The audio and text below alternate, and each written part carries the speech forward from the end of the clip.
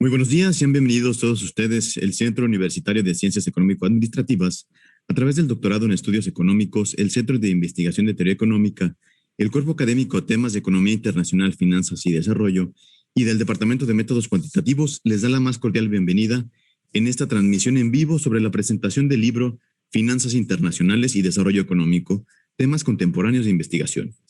Y bien, para dar inicio formal a este evento, cedo el uso de la voz al doctor Clemente Hernández, profesor investigador del Departamento de Economía del Centro Universitario de CUSEA. Me es un placer darles la bienvenida a todos los que están en la audiencia, naturalmente al panel de participantes en esta ocasión. Estamos muy honrados de que estén con nosotros. La presentación seguirá la siguiente agenda, simplemente para que tengamos en claro.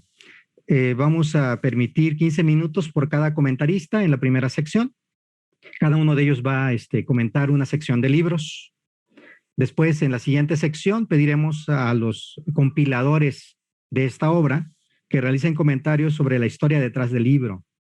Y finalmente, los minutos restantes, vamos a permitir preguntas y respuestas.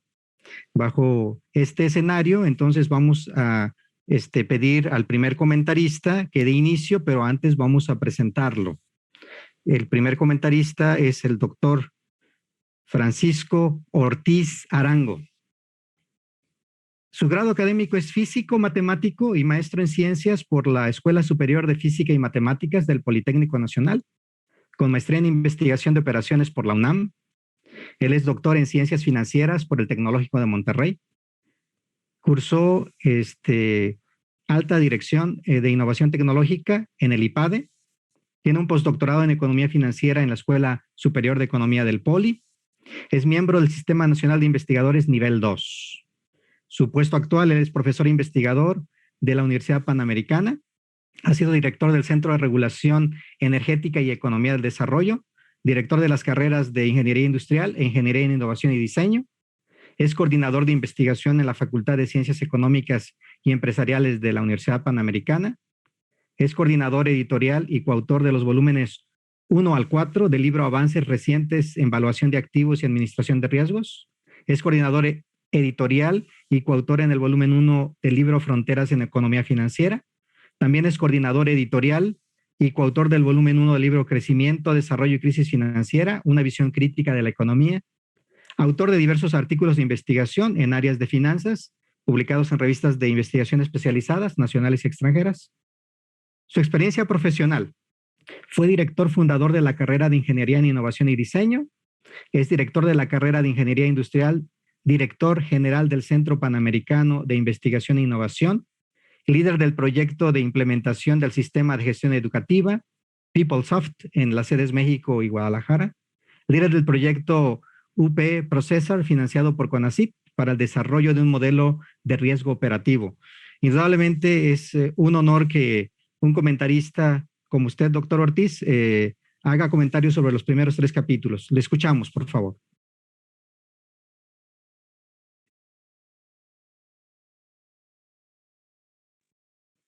Si abre su micrófono, doctor, por favor. Perdón, otra vez. Antes que nada, muchísimas gracias por invitarme a participar en la presentación de este libro. Yo sé lo que cuesta hacer los esfuerzos de este tipo de trabajos, ¿verdad? Coordinar a la gente, que se pongan de acuerdo en los formatos, en la temática. Es mucho trabajo, ¿no? O sea, reconozco el trabajo de Toño y de todas las personas que colaboraron, Víctor Hugo, en esto, ¿no? O sea, yo he trabajado en estas cosas y es bien difícil, ¿no?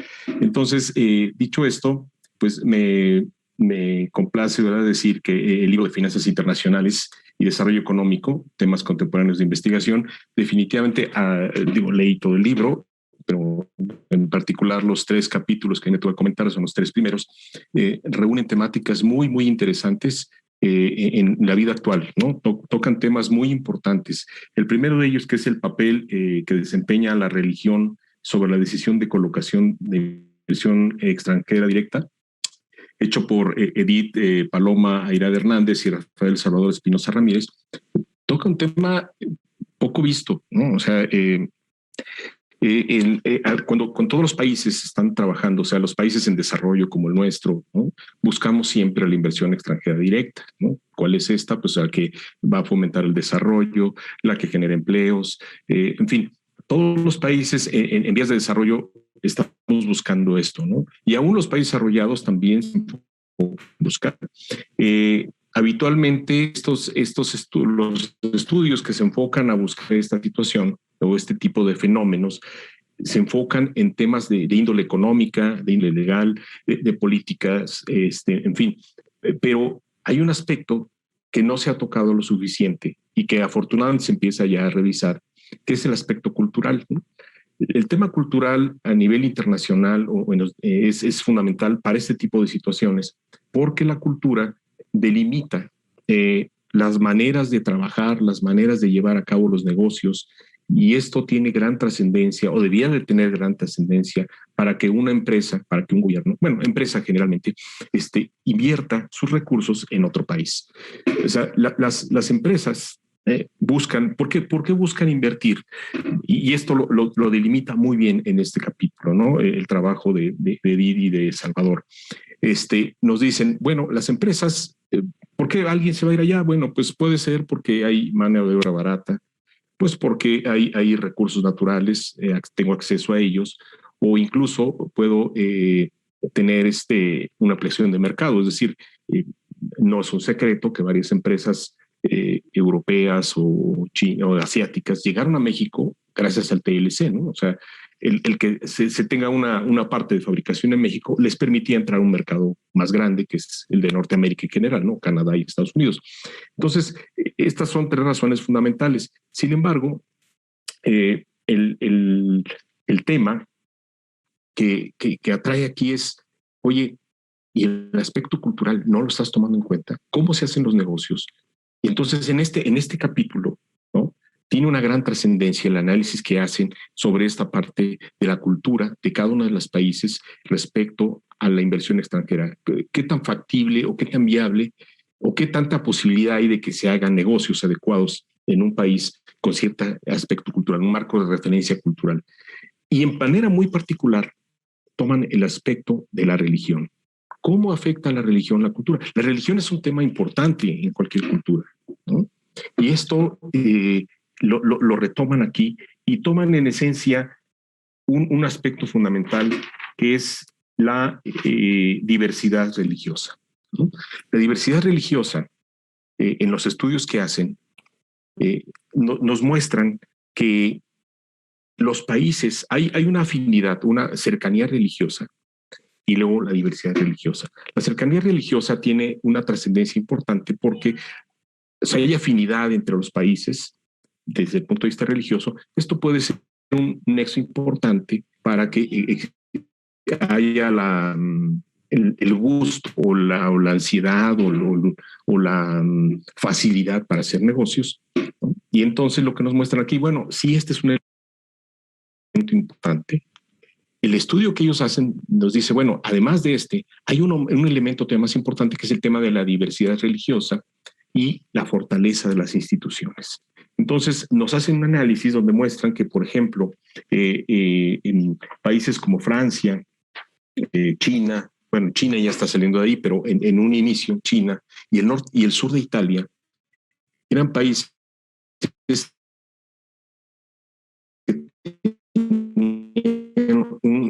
un esquema y solamente en la familia. Entonces estas empresas eran mucho más cerradas. En países como Japón, como Alemania, como Estados Unidos, hay una mayor diversidad religiosa y entonces esto hace que estos países tiendan a tener más proclividad a hacer inversiones directas en el extranjero y mejores resultados. En el esquema que tenemos aquí dice que los resultados encontrados en la investigación muestran que la diversidad religiosa forma parte de un espectro institucional, donde se desarrollan las condiciones para que la inversión extranjera directa, donde definitivamente la diversidad religiosa no es una variable fundamental per se, ¿sí?, en la atracción de inversión extranjera directa. Sin embargo, a largo plazo, la diversidad religiosa se constituye como el sustento extranjera directa. De tal manera que una adecuada política religiosa en términos de diversidad, de respeto y regulación en la actividad religiosa permite tener fundamentos institucionales que atraigan la inversión extranjera directa. Este es uno de los resultados más trascendentes de este trabajo, ¿no?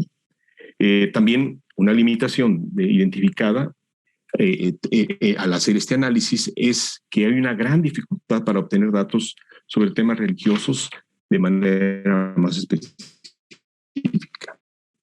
Entonces, este trabajo, la verdad es que engloba estos elementos fundamentales y que se deben de tomar en cuenta para aquellos países que quieran hacer inversión directa, ¿no? La diversidad religiosa, entonces, es un tema, si dice que no es tan trascendente a corto plazo, a largo plazo va generando una mayor situación de productividad y de mejora para hacer negocios, ¿no? Entonces, esta es una enorme aportación de este trabajo, ¿no?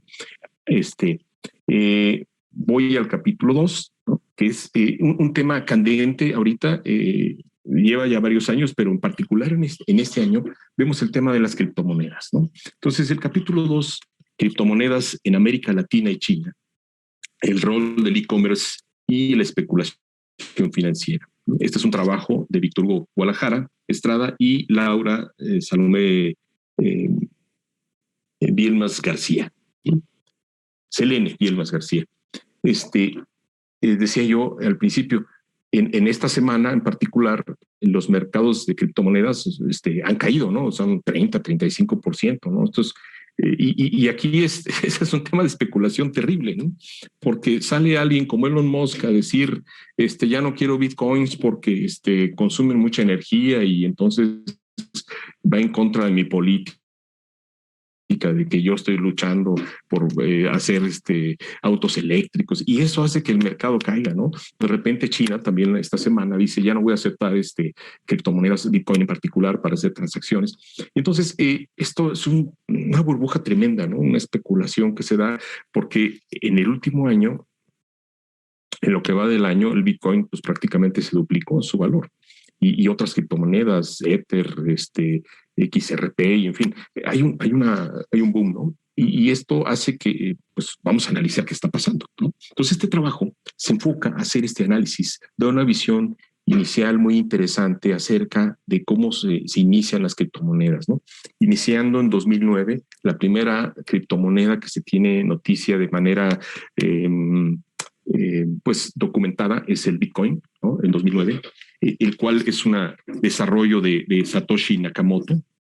La idea con la cual se inicia el Bitcoin como una criptomoneda, es una moneda virtual en el sistema, en el espacio Ethereum, es que la idea fundamental era contar con un medio de cambio o de pagos, ¿sí?, digital, en la que la participación del gobierno fuera mínima o incluso nula. Entonces esto pues lleva muchas cosas por detrás, ¿no? Buenas y malas, obviamente. El esquema aquí, cuando se hace en todos los sistemas de criptomonedas, es verificar las transacciones, para lo cual se utiliza un sistema que permite que hacer muy difícil o casi imposible la falsificación de esta misma, de cómo se genera. Da una ventaja de portabilidad a nivel internacional, transferible, es estable, y entonces da mucha más trazabilidad de todas las operaciones. Cuando una criptomoneda está bien diseñada su sistema, pues es fácil trazar, ver cómo se creó y cómo se está haciendo las transacciones a lo largo de todo el sistema. Son mucho más rápidas, más seguras, y el costo es mucho menor. Esto hace atractivo el uso de las criptomonedas, ¿no? Entonces, todo esto nos lo describe en una parte introductoria de este capítulo, donde nos dice, bueno, ¿qué son las criptomonedas, no? Porque mucha gente pues, ha oído hablar de ellas, pero no. Entonces, en este capítulo, la introducción, el trabajo de Víctor Hugo y Laura nos van mostrando esto de una manera muy, muy, muy transparente, muy simple, ¿no? Y ahora, al tener esto independiente de los bienes, o sea, es una moneda virtual, no hay un respaldo real que tenga. Entonces su valor pues es un valor netamente especulativo, por un lado, y por otro, la usabilidad práctica que tengan. Entonces hay criptomonedas que sí tienen un sustento, digamos, tecnológico en cuanto a su aplicación, que sería, bueno, vamos a ver más adelante, Ethereum, por ejemplo, que es una plataforma de desarrollo para muchas transacciones, para hacer contratos electrónicos, contratos que generan mucho más efectividad, mucho más baratos, más rápidos, más transparentes, ¿no? Y esto hace que tengan cierta respaldo, pero hay otras que son meramente especulación. Hay una muy famosa que es Dogecoin, ¿no? Doge, ¿no? Que está trabajando, que este señor Elon Musk pues de repente la eleva y luego la baja y que pues es una criptomoneda de chiste, le dicen algunos, ¿no? De broma. Pero hay otras que les digo, sí tiene un sustento de operabilidad. Sin embargo, el tema de la especulación financiera está detrás de ellas de una manera impresionante. Ahora, esto cada día su uso es mucho más, ha crecido de manera exponencial. Del 2011 al 2018 nos dicen aquí, la moneda ha crecido un promedio de 300% anual en su uso, ¿no? La penetración en el mercado financiero es de 300% anual, de manera sostenida desde el 2011 al 2018, ¿no? Sistema monetario, en realidad es un sistema monetario virtual a nivel global, se concentra esencialmente en Estados Unidos, ¿no? China, a pesar de que China es de los que dice que no lo quiere operar, pero bueno, Estados Unidos y China, el norte y Europa, el norte y este de Europa se trabaja muchísimo, y en general en otros países asiáticos, ¿no? En América Latina el uso está empezando más o menos del 2014 para acá. Los primeros países que trabajaron en esto fueron Argentina, Chile, ¿no? En México llegamos un poquito tarde, relativamente, a partir de 2014 más o menos se empieza a utilizar y se empieza a crear una primera regulación en México al respecto, pero pues está un poquito lenta. A nivel internacional, los países donde más regulación existe, pues es donde más se utiliza, que es Estados Unidos y China.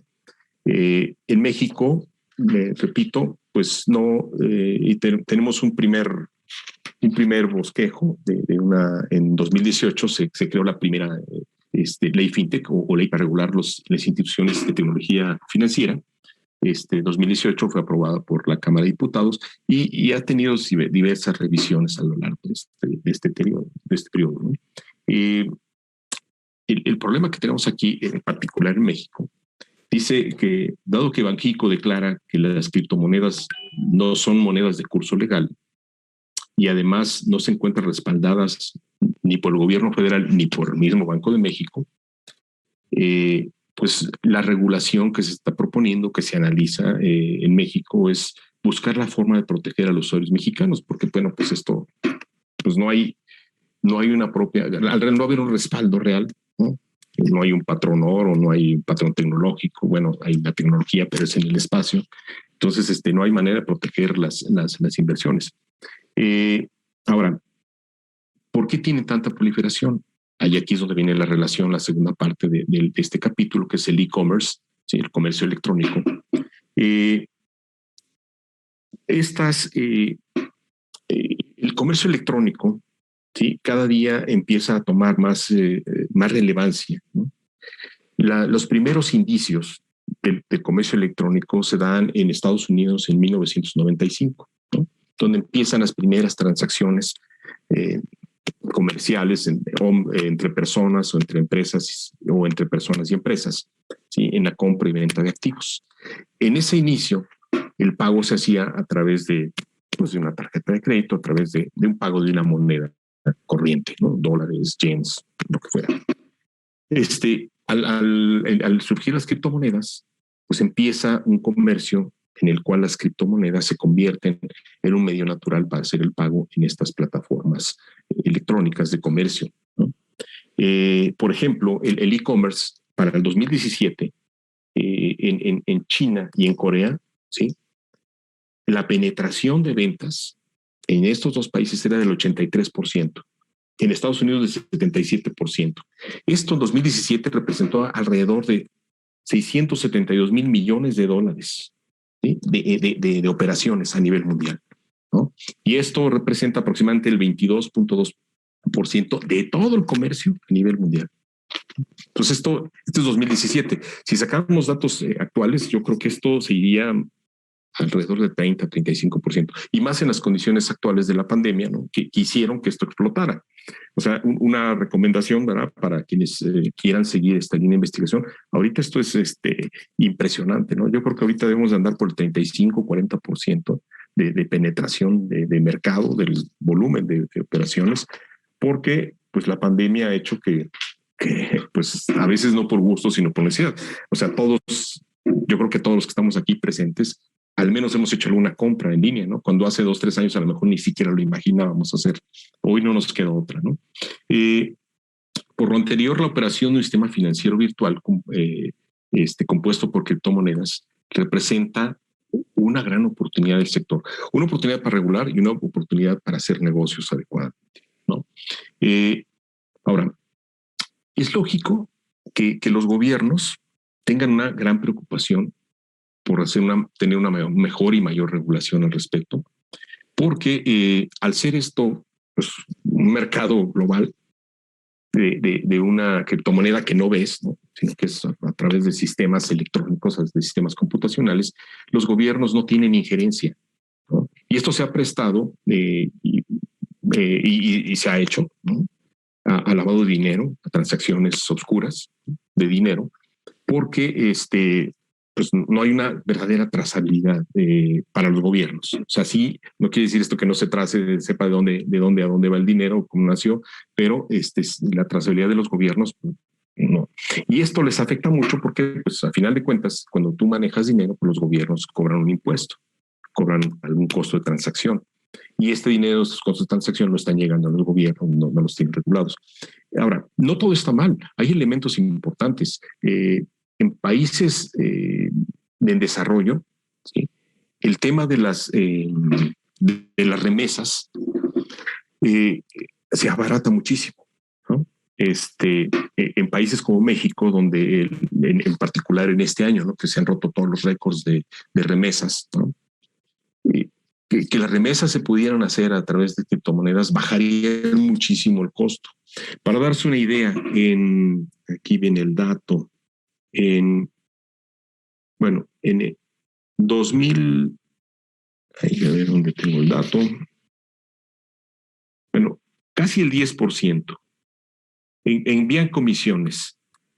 Aquí está.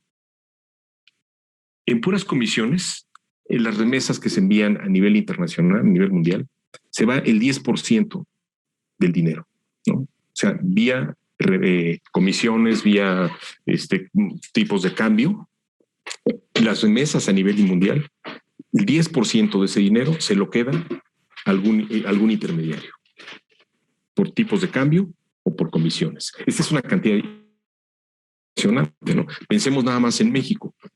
40 mil millones de dólares, 10% serían 4 mil millones de dólares, se quedaron vía tipo de cambio o vía comisiones. Esta es una cantidad impresionante de dinero que la gente no recibe. Entonces, pues el usar criptomonedas bajaría sustancialmente esto, ¿no? Sustancialmente. Entonces, la ventaja de esto, de este trabajo, la conclusión de este trabajo es que dice, la gran ventaja del uso de criptomonedas en el e-commerce es la practicidad de una moneda global que elimina los problemas del tipo de cambio y tasas de conversión. Esta es una de las grandes conclusiones que este trabajo. Entonces, vale la pena revisar este trabajo, es muy, muy interesante. Por último, en el capítulo 3, que habla de los mercados de valores y de bonos estadounidenses y la evaluación bursátil de las firmas industriales de los países de la Alianza del Pacífico, es un trabajo de mi buen amigo Antonio Ruiz Porras y Clara Luz Heraldes León. Es un trabajo muy interesante en el cual se estudia la relevancia de los mercados de valores y de bonos de los Estados Unidos con respecto a la evaluación de las acciones de firmas que cotizan en países, en las bolsas de los países de la Alianza del Pacífico, ¿no? Concretamente Colombia, Chile, México y Perú. Entonces, en este trabajo se seleccionaron las empresas que tuvieran datos completos trimestrales durante el periodo del primer trimestre, son datos trimestrales, ¿sí? Del primer trimestre del 2000 al cuarto trimestre de 2017. Entonces, se seleccionaron las empresas que tenían datos de información completa durante este periodo para evaluarlas, ¿no? Para esto se utilizó dos modelos. Uno, que es el modelo de Olson tradicional, y una variante de este, en el cual considera el índice Dow Jones y al cual le llamaron modelo de Olsen internacional. Entonces, aquí la primera parte del capítulo, ¿verdad? Muy interesante, nos recuerdan, ¿verdad? Y bueno, para los que no están muy familiarizados con esto, pero los que más o menos hemos trabajado con esto, nos recuerdan que la evaluación de las acciones, bueno, pues se hace en esencia considerando los flujos de efectivo descontados, donde consideras que los inversionistas determinan el precio de una acción bursátil con base en el valor presente de estos flujos descontados, ¿sí? Esperando de acuerdo a los dividendos esperados, ¿no? que tú esperas tener a lo largo del periodo de evaluación. Tomando como determinantes los precios de los resultados del ejercicio de la empresa y el valor en libros. Entonces, a partir de esto, muestran básicamente dos cosas. Uno, que existen pocos estudios para evaluar acciones de firmas que realizan que tienen sus activos en sectores específicos, ¿no? Dos, sugiere que no hay estudios enfocados en los mercados de valores de países de la Alianza del Pacífico, y más aún, que hay escasos estudios que consideren la relación de los mercados financieros estadounidenses, o sea, cuál es el efecto de los mercados estadounidenses con respecto a la valoración de estas acciones, de estas empresas en la alianza.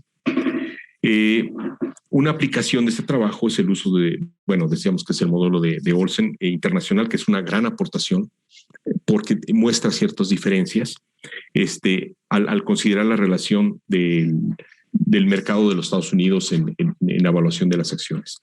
Entonces, para esto, ellos, al hacer el análisis de las empresas que cumplían con estas características, en su base de datos se encontraron solamente 8 empresas que contaban con estas características de tener registros completos, ¿no? Durante el periodo del 2000 del primer trimestre del 2000 al cuarto trimestre del 2017. Y entonces consideraron las variables: el precio de las acciones, el valor en libros, la utilidad de los flujos, ¿no? Y también en el caso del modelo internacional de Olson, ¿sí? Consideraron las variables provenientes del mercado de Estados Unidos, el Dow Jones, ¿sí? Y la tasa de los bonos del tesoro de los T-Bill 90, ¿no? Estas son las otras variables que consideran el modelo. Hacen un análisis estadístico y econométrico muy, muy serio, ¿no? Cosa característica en todos los trabajos de Toño, ¿sí?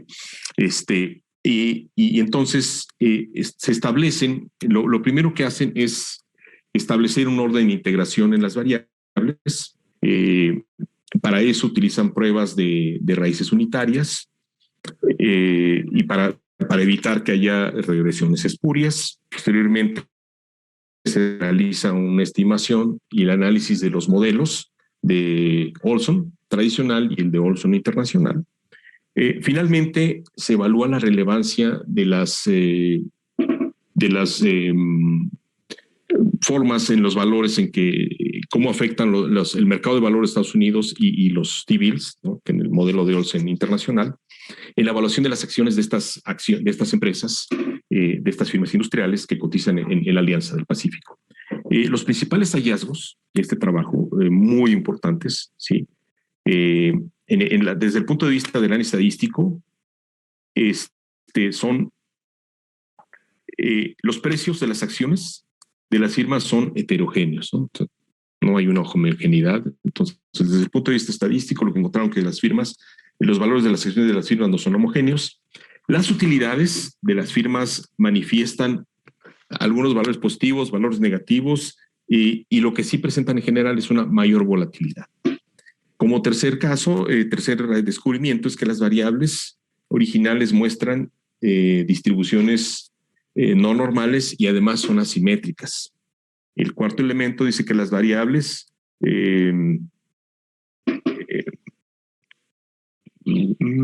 tienen comportamientos leptocúrticos, las variables contables. Por otro lado, las variables de precio de la acción, valor libros, el índice de precios y la tasa de TIBIL son I1, o sea, integración I1. Y finalmente, el sexto elemento que encuentran es que las variables expresadas en términos de variaciones trimestrales son estacionarias, ¿no? Esto es desde el punto de vista del análisis estadístico. Desde el análisis econométrico, porque hicieron dos análisis fundamentales aquí, el econométrico y el estadístico. El análisis econométrico sugiere que los mercados financieros de Estados Unidos tienen efectos diferenciados en la evaluación de las firmas industriales que cotizan en los países de la Alianza Pacífico. Y esto, lo más trascendente es que estos hallazgos tienen implicaciones importantes para la evaluación bursátil de este tipo de empresas. Y por otro lado, pues se señalan que existen otros caminos, ¿no?, más complementarios, posibles líneas de investigación futuras. Entonces, la verdad es que los tres trabajos tocan temas muy, muy relevantes para la economía de México, Latinoamérica, y tocan temas sensibles, ¿no? Entonces, por mí, pues me complace decir que me gustaron los tres capítulos. Bueno, me gustó todo el libro, en particular estos tres que me tuvo que comentar, me parecen muy, muy buenos trabajos, ¿no? Muchísimas gracias, repito, por invitarme, y aquí estoy. Seguimos participando en lo que se corresponda. Muchas gracias. Gracias, doctor Ortiz. Vamos a pedir ahora que el siguiente comentarista, que es el doctor Miguel Ángel Tinoco, prepare escena. Vamos a leer su semblanza, doctor. Usted, el doctor Miguel Ángel Tinoco, es profesor investigador de la Facultad de Economía de la Universidad de Colima, en donde realizó también sus estudios en licenciatura en Economía. Posteriormente hizo una maestría en Economía Internacional y Finanzas en Brandeis University, en Estados Unidos. Cuenta con un doctorado en Ciencias Económicas con especialidad en Economía Financiera por el Politécnico Nacional. Ha impartido cursos y conferencias en diversas universidades de México, Estados Unidos y Europa.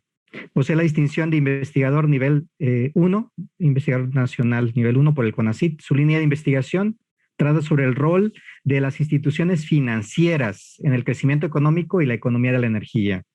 Solamente una muestra de lo que ha publicado en años recientes incluyen Impact of Energy Consumption and Carbon Dioxide Emissions on Economic Growth, o Integrated Panel Data in 79 Countries Grouped by Income Level, en International Journal of Energy Economics and Policy, del año pasado, 2020. El efecto de la política monetaria en el desempeño de los subsectores manufactureros en México, un enfoque de vectores autorregresivos en panel, en paradigma económico, de 2020. Effects of Inflation on Financial Sector Performance, New Evidence from Panel Quantile Regressions, en investigación económica, en el 2018. Ustedes pueden ver, ¿verdad?, que el doctor tiene una especialización. Y entonces, doctor, esperamos sus comentarios sobre los capítulos 4 al 6. Adelante. Muy bien. No sé cómo está el sonido, creo que se escucha, espero que se escuche bien, ¿sí?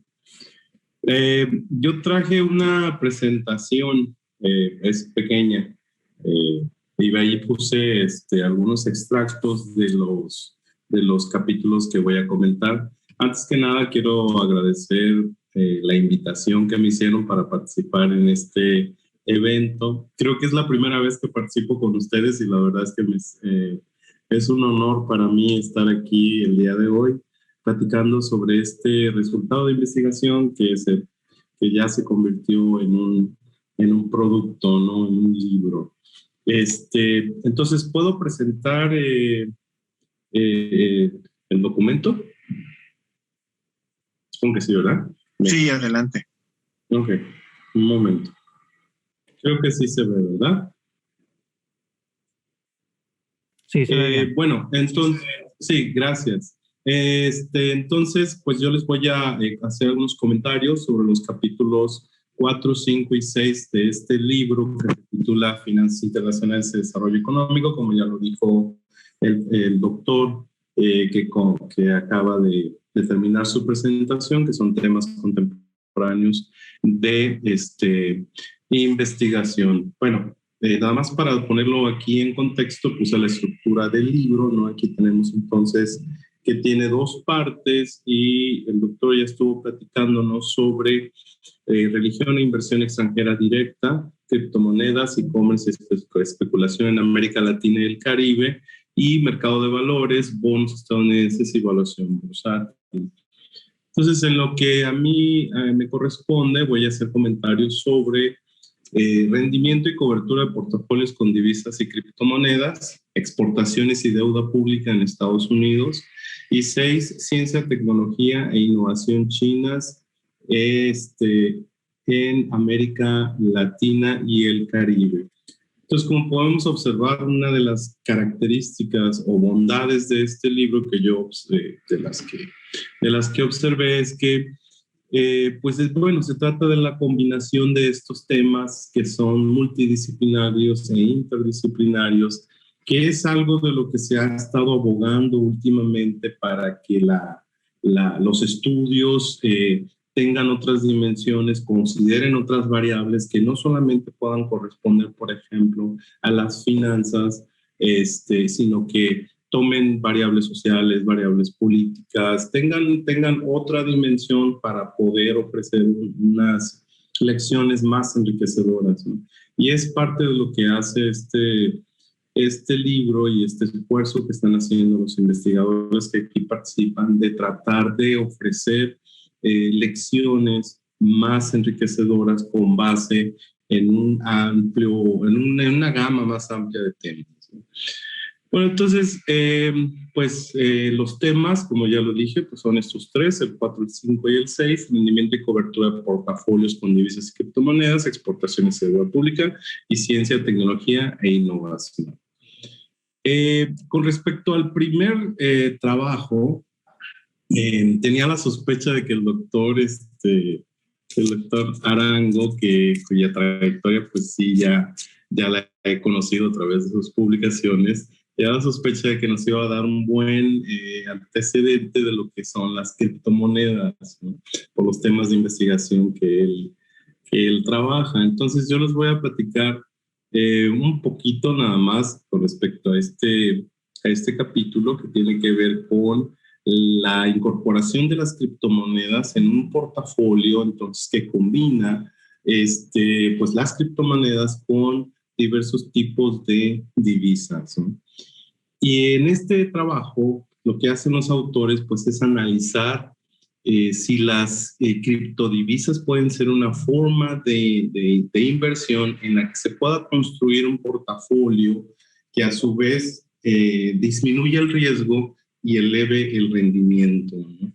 Entonces, pues utilizan, por ejemplo, como método de análisis y de construcción de la cartera de inversión, utilizan el modelo de Markowitz, la razón de Sharpe, después una cobertura con futuros y posteriormente calculan el valor de riesgo, el valor en riesgo de las distintas carteras de inversión, ¿no? Y uno de los hallazgos principales de este trabajo de investigación dice, bueno, en todos los escenarios de portafolios óptimos, la elección de activos casi siempre incluyó monedas tradicionales o divisas como el rublo ruso, la lira turca y alguna criptomoneda. Pero bueno, sí, lo que me parece interesante de este trabajo es precisamente el esfuerzo que se hace de incorporar este tipo de monedas que en tiempos recientes han tomado pues un alto valor, ¿no? Aunque pues a veces sí nos queda la duda de qué tanto puede ser, qué tanto pueden ser como forma de inversión este tipo de monedas, cuando muchas veces su volatilidad es elevada, ¿no? Como ya lo dijo también el doctor Arango, hace poquito, bueno, si no me equivoco, en este mes, el Bitcoin perdió un fuerte porcentaje de su valor después de que Tesla anunció que ya no realizaría más transacciones en Bitcoin precisamente porque estaba preocupado de que en la creación del Bitcoin se utilizan muchos recursos energéticos y muchos combustibles fósiles, entonces que estaban esperando a que a ver si posteriormente se creaba algún tipo de moneda que utilizara menos del 1% de los recursos que utiliza el Bitcoin, que se utilizan para crear un Bitcoin. Y entonces también el gobierno de China hizo algunos anuncios en el sentido de que ya no permitiría que las instituciones financieras utilizaran o realizaran transacciones con criptomonedas, ¿no? Incluyendo el Bitcoin, ¿no? Entonces, pues esto agrega una gran incertidumbre al valor de esta criptomoneda, pues, y se observa, pues una gran volatilidad, ¿no? Que es precisamente una de las críticas que se hacen, una de las principales críticas que se hacen a este tipo de instrumentos, de que pues su volatilidad tiende a ser bastante elevada, ¿no? Entonces, si bien es cierto que en teoría nosotros, yo pienso como lo hacen interesantemente aquí los autores, de que se pueden construir de forma teórica algunas carteras, ¿verdad?, en donde se puedan encontrar combinaciones de bajo riesgo y alto rendimiento, combinaciones con divisas y criptomonedas, pues aún así podría ser, vaya, sería interesante seguir analizando si precisamente es conveniente seguir invirtiendo en este tipo de monedas, ¿no? Fíjense que algo que también se va a empezar a observar, tengo entendido, son las monedas digitales, ¿no? O sea, ya China ha hecho experimentos recientemente, si no me equivoco, con 500,000 personas. Ya emitió un yuan digital para empezar a realizar transacciones, ¿verdad? Y están haciendo las pruebas, ¿no? Europa también ha dicho que como para 2024-2025 ya va a emitir monedas digitales. Y Inglaterra también ya estableció una comisión para estudiar la posibilidad de lanzar una moneda digital, ¿verdad? Que el Banco Central lance la moneda digital, y lo mismo en Estados Unidos, ¿no? Entonces, esa es otra tendencia.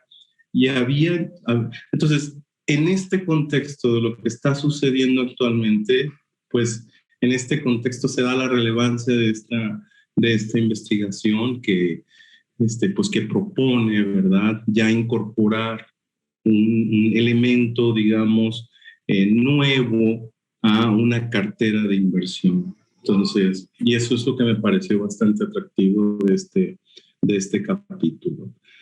En el siguiente capítulo se hace una evaluación de la relación entre las exportaciones y la acumulación de deuda pública, ¿no? Otro capítulo que en el contexto actual de la pandemia del COVID-19 resulta también bastante relevante. Recordemos que en el caso de México, el presidente no quiso que el país se pudiera endeudar para ayudar a la economía con el problema que teníamos por el choque de la pandemia, que tuvimos un choque de oferta con el cierre de las empresas, un choque de demanda también por el distanciamiento social, ¿no? Entonces teníamos ahí una combinación de dos choques que afectaron a la economía, y bueno, ya sabemos cuál ha sido el resultado en términos económicos y la caída del Producto Interno Bruto, ¿no? Una de las caídas más sobresalientes de los últimos 70, 80 años, si no me equivoco, ¿no? Entonces, pues en este contexto nos da una lección esta investigación de cómo la deuda pública puede ser beneficiosa para el crecimiento económico de un país. Entonces, ¿qué hacen aquí? ¿Cuál es el objetivo de del autor Carlos Ignacio García Jiménez? Bueno, él quiere evaluar empíricamente la relación de causalidad entre deuda pública y las exportaciones como fuente de crecimiento económico de Estados Unidos. En la introducción encontré una referencia que hace el autor a un trabajo y dice lo siguiente, que me parece que es como que la idea de fondo de este trabajo de investigación. Dice, una moneda depreciada encarece las importaciones y mejora la balanza comercial. Si aumenta el endeudamiento público y se deprecia la moneda, habrá crecimiento económico por el aumento de las exportaciones. De ahí la relación deuda pública-exportaciones. Me parece que esto es como que la idea, una de las ideas fundamentales que se tratan en este trabajo, ¿no? Y es así como funcionaría lo que el autor está tratando de estudiar. El autor utiliza entonces un modelo VAR con variables como el Producto Interno Bruto, la formación bruta de capital fijo, las exportaciones reales, el índice de tipo de cambio real y la deuda total del gobierno federal de Estados Unidos, ¿no? Posteriormente, una vez que se valida el modelo VAR, después de realizar las pruebas de raíces unitarias, ¿no? Se construye el modelo VAR, entonces ya se puede realizar lo que es la causalidad de Granger, ¿no? Y a continuación les presento algunas de las conclusiones del autor. Entonces, una primera conclusión es que la acumulación de deuda y el crecimiento de las exportaciones parece que no están relacionados, porque no hubo evidencia de causalidad. El aumento de la deuda no incrementa el componente de exportaciones del PIB directamente, ¿no? Aquí esta es una palabra clave, porque el efecto entonces parece ser indirecto, ¿no? Pero la deuda pública entonces crea condiciones positivas para la economía y entonces, ¿por qué? Porque pues la deuda pública puede mejorar el desarrollo institucional, puede mejorar las condiciones de capital humano e incluso crear infraestructura, ¿no? Y mejorar la infraestructura. Entonces, estas son condiciones que ayudan a que ocurra un mayor crecimiento económico. La causalidad entre la deuda del gobierno y la formación bruta de capital fijo es bidireccional. Entonces es lo que encuentra aquí este autor. Entonces un aumento si se quiere un aumento en la inversión, en este caso pues estamos hablando de toda la inversión, un aumento en la inversión entonces hará que se pueda contraer mayor deuda por parte del gobierno y viceversa. Las exportaciones causan al PIB, aunque la relación inversa no fue estadísticamente significativa. El crecimiento de la acumulación de deuda pública en Estados Unidos durante 1973-2010 fue ligeramente compatible con el crecimiento de las exportaciones. Entonces, aquí entonces podemos observar que existe alguna evidencia de que la acumulación de deuda pública puede mejorar el crecimiento económico a través de las exportaciones, ¿no? Y esta sería una lección interesante como para la economía de México, pues que en donde el gobierno no quiso endeudarse todavía más para ayudar a nuestra economía. Entonces, sería una lección interesante para el gobierno actual.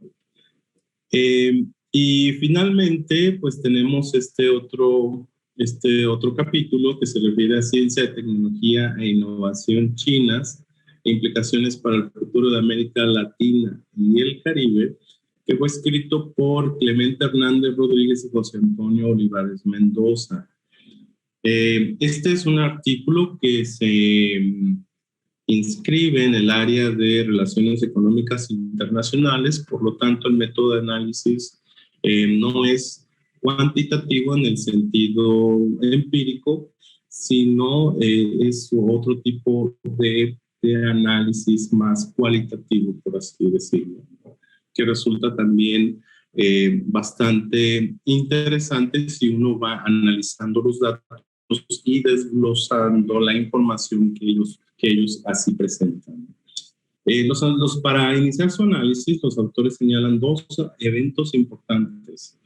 Uno, que en 2018 se dio el premio Nobel a Paul Romer por sus investigaciones relacionadas con la tecnología y la innovación. También recordemos que Paul Romer fue uno de los principales impulsores de los modelos de crecimiento endógeno en los años 80. De hecho, Paul Romer fue uno de los principales impulsores de la tecnología, del uso de la tecnología y de las empresas tecnológicas, de que estas ideas de innovación mejorarían a la economía y en general a la sociedad en su conjunto. Pero acabo de leer una noticia ayer en el New York Times en donde a las empresas tecnológicas ya no les cae bien Paul Romer porque está arrepentido y de lo que han creado estos monopolios gigantescos como son Apple y Google, Amazon, de los efectos que están teniendo en la economía de Estados Unidos y en las economías de otros países, ¿no? Entonces, ahora Paul Romer ha empezado a abogar más por una interacción más cercana en el gobierno y las empresas, porque antes abogaba más por una menor interacción, pero ahora observar sí cierto tipo de regulación para la innovación. Entonces, esto es como un pequeño. Y entonces, otro evento importante, la guerra contra China para poder disminuir el y posteriormente se dio un bloqueo para frenar su avance, que es uno de los principales impulsores de la tecnología. Sí, entonces por ahí alianzas en muchos países como Australia para frenar el crecimiento de esta empresa, ¿no? Bueno, voy a leer rápidamente para no llevarme más tiempo, ¿no? De algunos extractos que me parecen bastante interesantes de este capítulo, ¿no? Entonces, en el intercambio comercial entre China y América Latina, los principales socios son Brasil, Chile y Perú. Y otros socios importantes, México, Argentina y Venezuela. Pero en el caso de México, hay un déficit comercial significativo con China de 65,000 millones de dólares, ¿no? El nexo financiero entre América Latina y China se ha fortalecido gracias a las inversiones directas en sectores de telecomunicaciones, energía eléctrica, préstamos, tecnologías verdes y tierras. Estoy tomando extractos del texto de los autores. Entonces, una preocupación es que Latinoamérica pueda hacer una reconversión de la estructura productiva, de su estructura productiva para poder pasar de la exportación de productos básicos primarios a productos de mayor tecnología y con esto entonces pueda recibir un mayor valor agregado.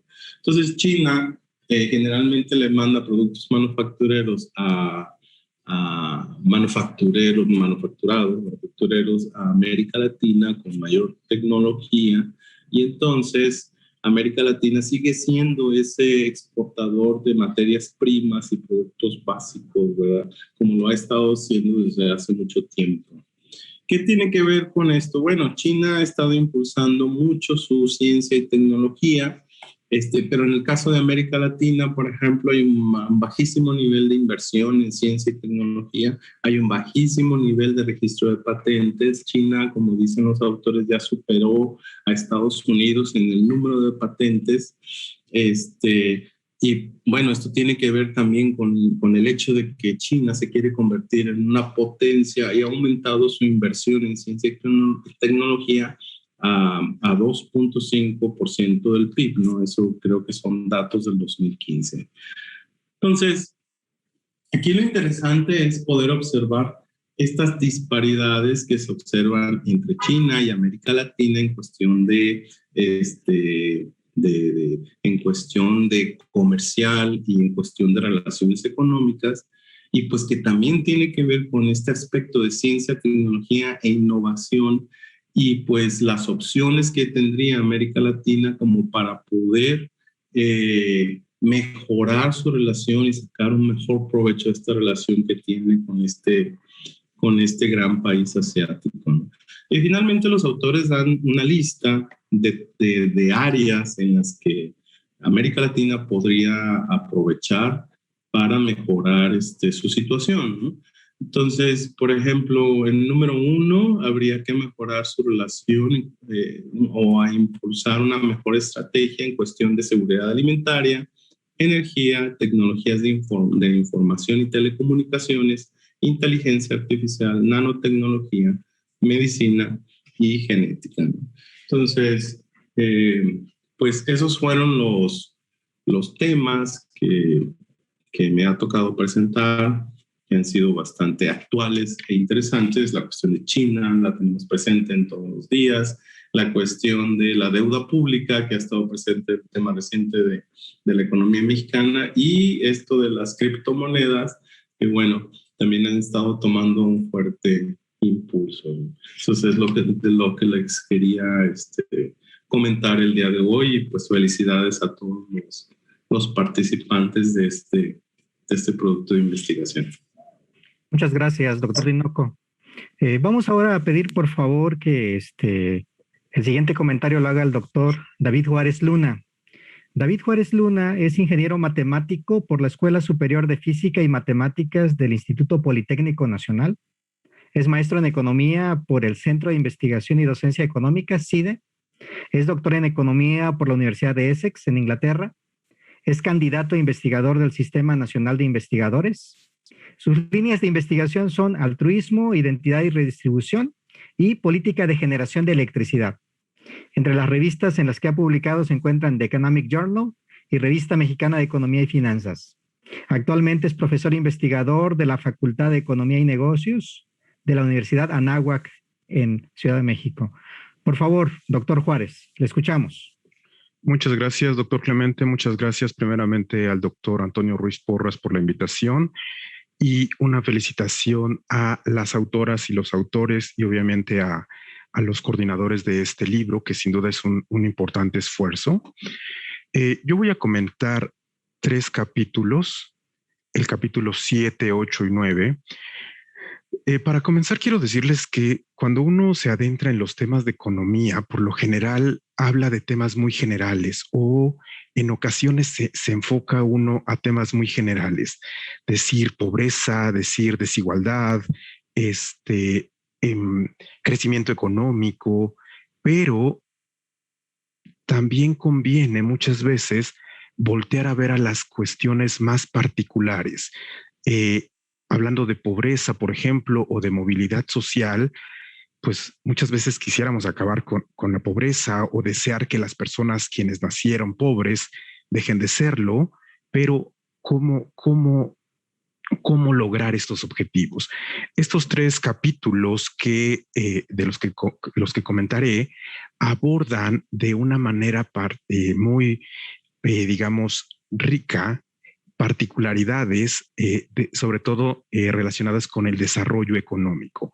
El primer capítulo es La moda, armadura o espada, trabajo infantil en la industria de la moda en México, de Leonardo Gatica Arreola y Patricia Murrieta Cummings. la autora y el autor hacen un trabajo muy interesante, una cuestión muy interesante, donde ligan el trabajo infantil con la producción de ropa. Obviamente que la producción de ropa y calzado están relacionadas con la moda a manera, digamos, de preliminares. Ellos dicen que se analiza la relación entre trabajo infantil y la transformación en la industria de la moda en México. Utilizan la encuesta nacional de ocupación y empleo del 2017. Adicionalmente, realizan 100 entrevistas con personas relacionadas con maquilas, desde, supervisores, trabajadores, todas las personas relacionadas con maquilas en 5 estados de la República: Jalisco, Estado de México, Puebla, Querétaro, Guanajuato, y estas entrevistas las realizan en 61 empresas formales e informales en dichos estados. La autora y el autor en el trabajo primero definen y revisan lo que es trabajo infantil y el trabajo forzado. Posteriormente abordan la industria de la moda en México, donde destacan un concepto que es el fast fashion, la moda rápida, donde la moda tiene ciclos muy rápidos. Se están produciendo prendas 3, 4, 5 veces por año en tiendas en líneas de ropa, y esto obliga a que la mano de obra tenga que intensificarse, y en ello recae que se deben de contratar pues mano de obra barata, que es mano de obra infantil.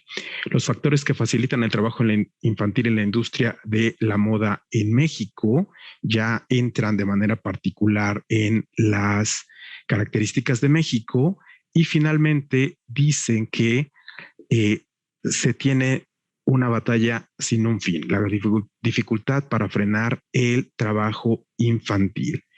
Entre las aportaciones principales que tienen estos autores, encuentran que en muchos lugares se prefiere el trabajo sobre el ocio o la recreación, es decir, la situación es pues tan marginada que se dice, bueno, vas a ir a hacer deporte, se le dice al niño, o te pones a trabajar. Pues mejor te pones a trabajar. Hay papás que asumen que los niños van a acabar en la maquila y por lo tanto es importante enseñarles a trabajar desde que están estudiando, y otros tienen la necesidad de que sus hijos trabajen y prefieren que lo hagan en lo que ellos ya conocen, con lo que tienen o lo que tienen disponible, que es la maquila. Los autores muestran una imagen muy clara y muy detallada de todos los aspectos que tienen que ver con el trabajo infantil y con la maquila. Hablan, por ejemplo, de manera muy particular del municipio de Tehuacán o de San Juan del Río, Tehuacán, Puebla, San Juan del Río, Querétaro, de las diferencias que hay en el trabajo infantil.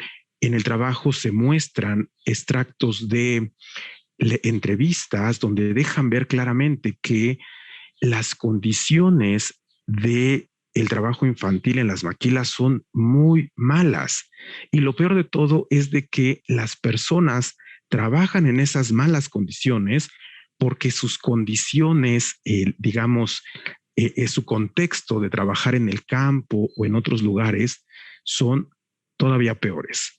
Entonces, sí, los autores hacen un trabajo muy interesante en presentarnos esta cruda realidad del trabajo en las maquilas y en particular del trabajo infantil. Como conclusiones, tienen muchas conclusiones, pero las que yo les muestro aquí son: es imposible pensar en la moda simplemente como una armadura para sobrevivir a la realidad del día a día. La moda se vuelve la armadura que pone a los niños contra la pared, la espada que puede voltearse en su contra. La industria de la moda es la base de una fuente de trabajo importante en muchas regiones del país, pero también es lo que genera las condiciones que permiten la presencia de niños trabajando y facilita la deserción escolar. Entonces, repito, un capítulo en extremo interesante que nos deja ver la cruda realidad de un sector muy, muy grande en México y que es muy recomendable leer a profundidad. El segundo capítulo que revisé fue el capítulo 8, Análisis espacial del crecimiento económico municipal en Jalisco mediante fotos satelitales de Jonathan Aro Núñez, Mauricio Ramírez Grajeda y Andrés Gerson Millán López. Los autores mencionan primeramente que las mediciones del PIB no son confiables. Cuando uno se adentra en la literatura del PIB o del crecimiento económico, primeramente se encuentra con que la literatura va dirigida muy, digamos, de manera fuerte hacia el PIB de un país. Consumo, inversión, gasto de gobierno, exportaciones netas, pero esta medida del PIB como tal tiene varias áreas de oportunidad y en particular cuando se pretende utilizar a nivel municipal. Existen varios detalles del PIB, como el hecho de que no toma en cuenta el sector informal de la economía. Por esta razón, los autores, para aproximar el PIB, pretenden usar los cambios en la cantidad e intensidad de la luz nocturna como una alternativa de crecimiento económico a nivel municipal. Para ello utilizan imágenes satelitales proporcionadas por agencias de Estados Unidos y lo que realizan o pretenden la implementación de un modelo econométrico espacial utilizando datos estimados de crecimiento económico para determinar el patrón de distribución que sigue esta variable a nivel municipal. Entonces, en concreto, ellos lo que buscan es utilizar estas luces nocturnas como una aproximación a la medición del PIB. Debo hacer notar que los autores hacen una revisión de la literatura muy extensa y muy completa, primeramente sobre el análisis del PIB, también sobre las aproximaciones o los proxies que se emplean para medir el PIB y para, digamos, saldar esas áreas de oportunidad que la medición tiene. También revisan a profundidad por lo que significa utilizar imágenes satelitales y el uso de las luces nocturnas como una variable proxy. Repito, es una revisión de la literatura muy rica, muy amplia y es muy recomendable para quien esté interesada o interesado en estos temas. Y ya de manera particular, los autores utilizan econometría espacial para ya medir el Producto Interno Bruto de Guadalajara utilizando variables de el CINVAD, el INAFED y IEG.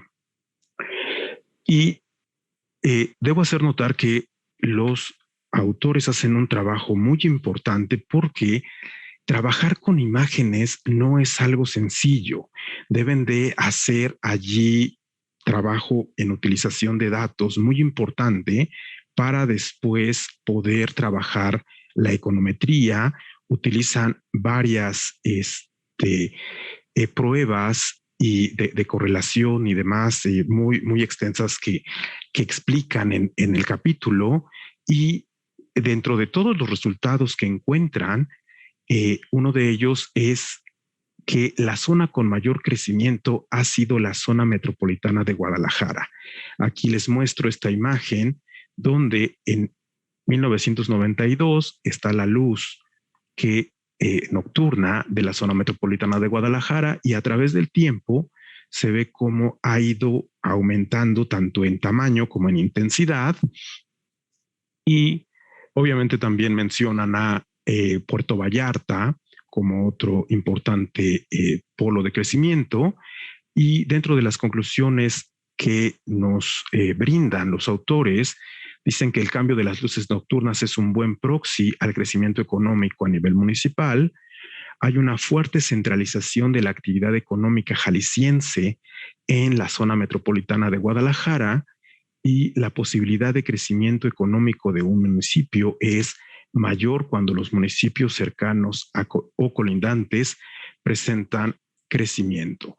Entonces, este artículo, de igual manera, muy recomendable para analizar estudiar el Producto Interno Bruto de un área particular, en este caso de Jalisco, y se puede extender también hacia otras áreas particulares, ya sea de México o del mundo.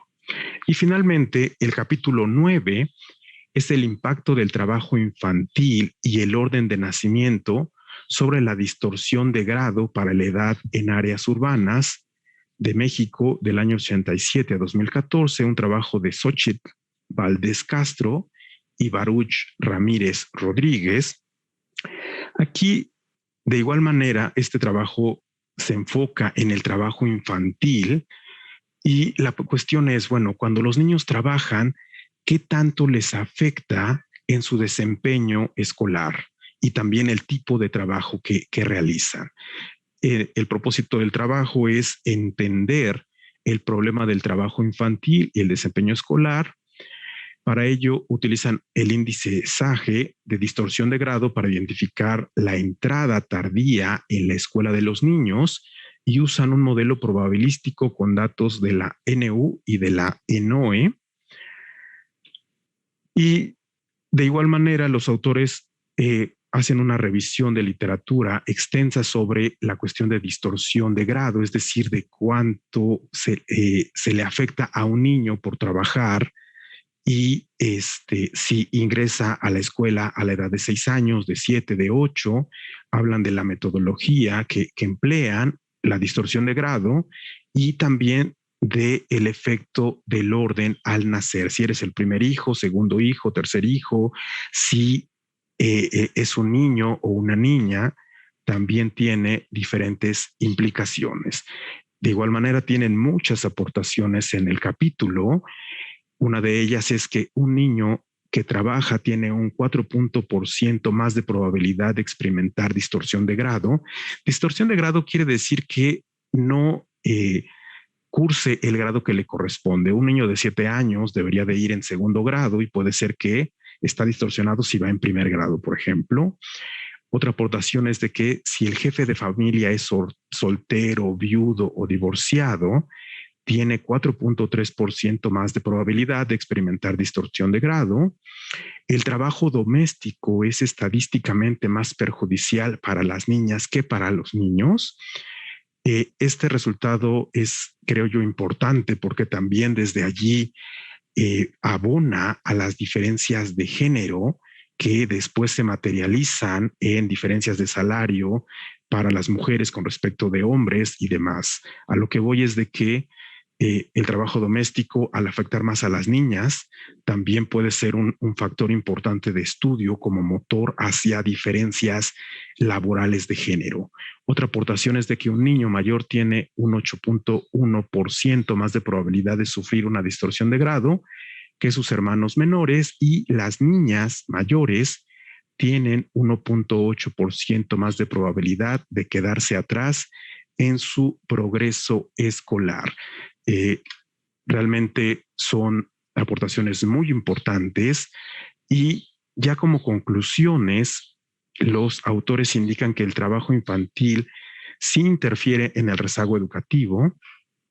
La presencia de niños pequeños en el hogar aumenta la probabilidad de que los niños y sobre todo las niñas se atrasen en la escuela. Los niños que trabajan en actividades remuneradas reciben un efecto más dañino en su distorsión de grado. La edad escolar, distorsión de la edad escolar que sí trabajan en tareas domésticas, perdónenme, y trabajar por dinero a una edad temprana implica no continuar la educación en niveles más altos. Entonces, un trabajo por demás interesante por los resultados que nos aborda y por la metodología que emplean, y en general estos 3 artículos muy recomendables para leer, y todo el libro sin duda es una pieza que se debe de revisar para cuestiones de desarrollo y de finanzas internacionales en México. Muchas gracias. Gracias, doctor Juárez. Gracias a todos los comentaristas. Estamos conscientes de que lo que hemos escuchado aquí, ¿verdad? Nos lleva a conocer el proceso y la historia de cómo se compiló este libro. Vamos a iniciar con el doctor Víctor Hugo Guadalajara Estrada. Él es doctor en Ciencias Físico-Matemáticas por la Universidad de Guadalajara. Estudió la maestría en Tecnologías de la Información en CUSEA. Cuenta con la licenciatura de Matemáticas en CUSEI de la Universidad de Guadalajara. Es profesor investigador del Departamento de Métodos Cuantitativos en CUSEA. Coordina al cuerpo académico UDG 826 temas de economía internacional, finanzas y desarrollo. Su línea de investigación es finanzas, riesgo y econofísica. Por favor, háblenos de la historia de cómo se compiló este libro, doctor Guadalajara. Aquí, muchas gracias. Quisiera robarles unos minutos, igual cediéndoles la parte importante a los comentaristas y al doctor Antonio. Pues uno de los pilares importantes en cuanto a un cuerpo académico, un doctorado, un departamento administrativo y un centro de investigación, pues nos tocó parte de formar el trabajo de este libro. Es el cuerpo académico de temas de teoría económica, finanzas y desarrollo. Es un cuerpo académico consolidado. Se cuenta con 10 integrantes, somos 2 SNI, 2 SNI 1, otras personas que se cuentan con el apoyo de PRODEP, profesor perfil deseable. Igual darle agradecimiento a todos los que participaron de manera administrativa en conjunta, igual los integrantes del cuerpo, el doctor Antonio, Baruch, Clemente, Guillermo, Leonardo, Mauricio, la doctora Patti, Rafael, la doctora Xochitl, servidor, igual que es un cuerpo que cuenta con 7 líneas de investigación, que sería finanzas, riesgos y econofísica, economía del crimen, economía internacional, economía política y pública, pobreza, mercado laboral y distribución de ingreso, desempeño regional, evaluación de programas sociales, y que básicamente es un cuerpo que en apoyo con las otras entidades que apoyaron el libro para el desarrollo, apoyamos posgrados. Igual se contó con apoyo de gente externa como el doctor Carlos Ignacio, pero es un grupo de investigadores que ya tenemos tiempo trabajando, tenemos un poquito de grado de consolidados, y me tocó también jugar el papel, pues digamos, del rol de autor, el capítulo 2, junto con la maestra Selene, el capítulo por ahí que comentó el doctor Francisco, jugar el rol de compilador junto con el liderazgo del doctor Antonio, que igual nos llevó un trabajo delicado, en colaboración siempre con todos los integrantes del cuerpo académico, del departamento, del centro de investigación y del doctorado, y que igual por los tiempos que se viven, en ocasiones era trabajar de manera lenta, de manera rápida lo administrativo, pero gracias a Dios salió, y dándoles gracias a todos ustedes por todo el espacio que se dieron, y ahorita que ya podemos ver cristalizado el producto que se tiene. Digo, es en cuanto a la participación del servidor como representante de un equipo de trabajo que colaboró de manera clave en el desarrollo de este proyecto de investigación que fue el cuerpo académico que se menciona. Y de antemano, muchas gracias. Enhorabuena a ti, Víctor, y al doctor Porras, a quien vamos a pedir ahora, doctor Antonio Ruiz Porras. Él es miembro del Sistema Nacional de Investigadores, nivel 2, y de la Academia Mexicana de Ciencias. Obtuvo el doctorado en Economía en la Universidad de Nottingham, en Inglaterra. Institucionalmente es coordinador del doctorado en Estudios Económicos y director del Centro de Investigación en Teoría Económica de la UDG. Sus actividades docentes abarcan los niveles de licenciatura, maestría y doctorado. El doctor Ruiz Porras ha recibido reconocimientos por su trabajo en investigación en México y en el extranjero.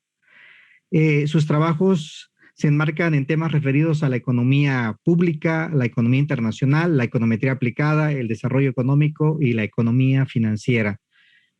Doctor, esta es simplemente una reseña de su currículum. Esperamos ahora su comentario al respecto de cómo fue la historia de la compilación de esta obra. Bueno, pues buenas tardes a todos, muchas gracias. Bueno, dado que nos quedan 2 minutos por lo que estoy viendo, pues quiero agradecer en primer lugar a los autores por su esfuerzo para haber realizado este libro. Evidentemente, este libro es el esfuerzo también no solo por la parte académica, sino por la parte administrativa. Deseo agradecer particularmente a la licenciada Carolina Saavedra Ramírez y al licenciado Cristian Osvaldo Cárdenas Mora, porque ellos llevaron la mayor parte de lo que es el trabajo administrativo que dio fin de manera exitosa con la generación de este libro. También quiero agradecer en este momento a nuestros comentaristas, la verdad, amigos de hace mucho tiempo, y me da mucho gusto que hayan querido hacer comentarios a este libro. Se los agradezco sinceramente, amigos, se los aprecia desde hace mucho tiempo. Y bueno, dado que me queda un minuto, pues nada más debo decir nuevamente gracias y lo más importante, quiero hacer notar que este libro está disponible para su descarga gratuita en el sitio web del CUSEA en este momento. Entonces, si ustedes gustan, pueden descargar de manera gratuita el libro, se van ahí a lo que es el sitio web del CUSEA, al área donde dice investigación y publicaciones, y ahí podrán encontrar este libro para que ustedes lo puedan leer, revisar y evidentemente esperemos que si les ha llamado la atención, pues si nos pueden dar alguna retroalimentación, algún comentario, pues estamos deseosos de recibirlo, ¿no? Esperemos que este sea un paso de otros libros que posteriormente puedan surgir por parte de este cuerpo académico y por parte de este grupo de investigadores de la universidad. Pues con esto concluyo. Muchas gracias. La invitación está abierta. Muchas gracias a todos por su participación. Muy amables. Entonces.